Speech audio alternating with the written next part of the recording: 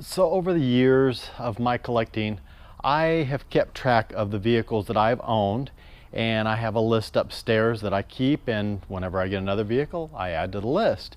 And I've done a pretty good job of keeping track. I may have missed one or two out there, but as of right now, shooting this video, I've owned 131 cars total.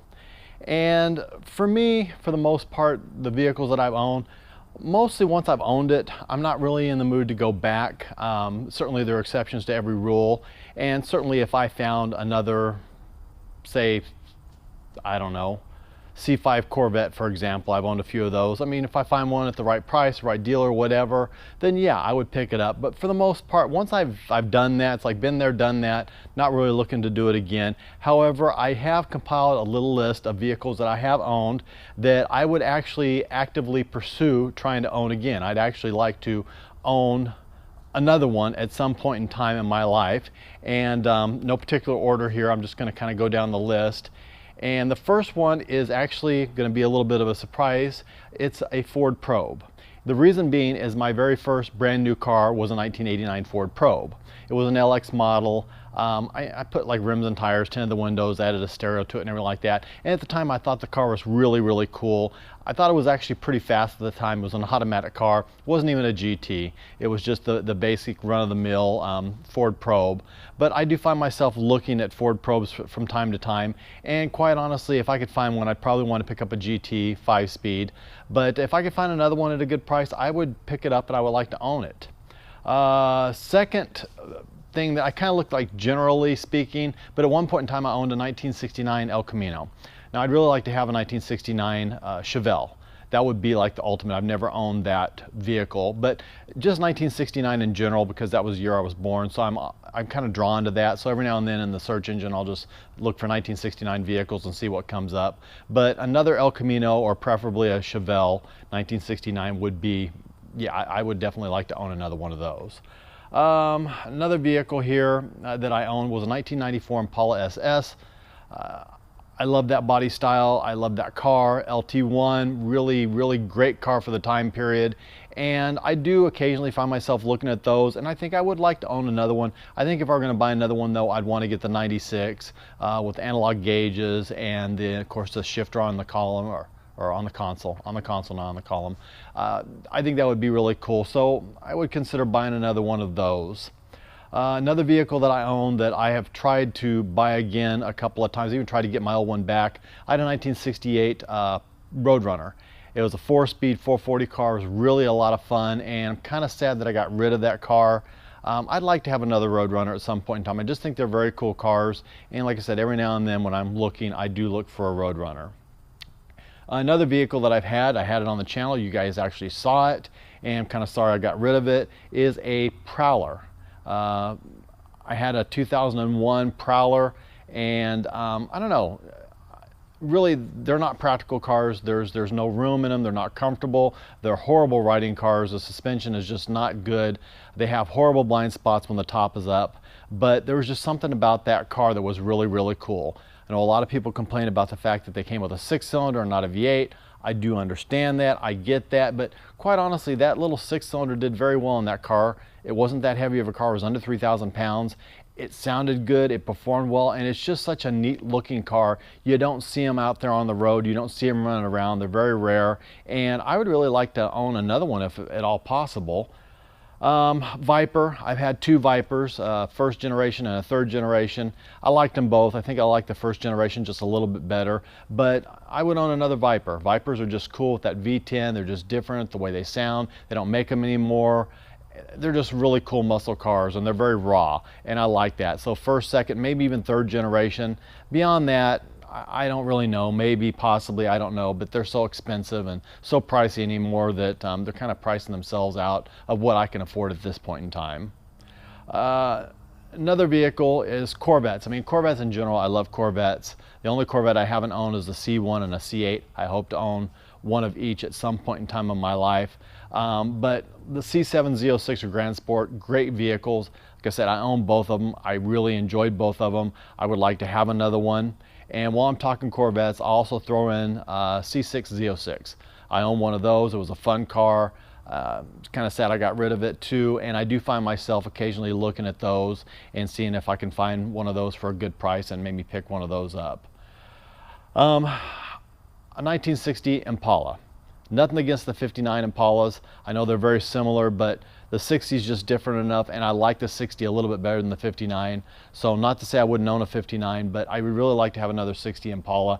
I like that body style, I like the bat wings, like the design, and when they're set low and with the right stance, there's just nothing like them. They're just beautiful, beautiful cars.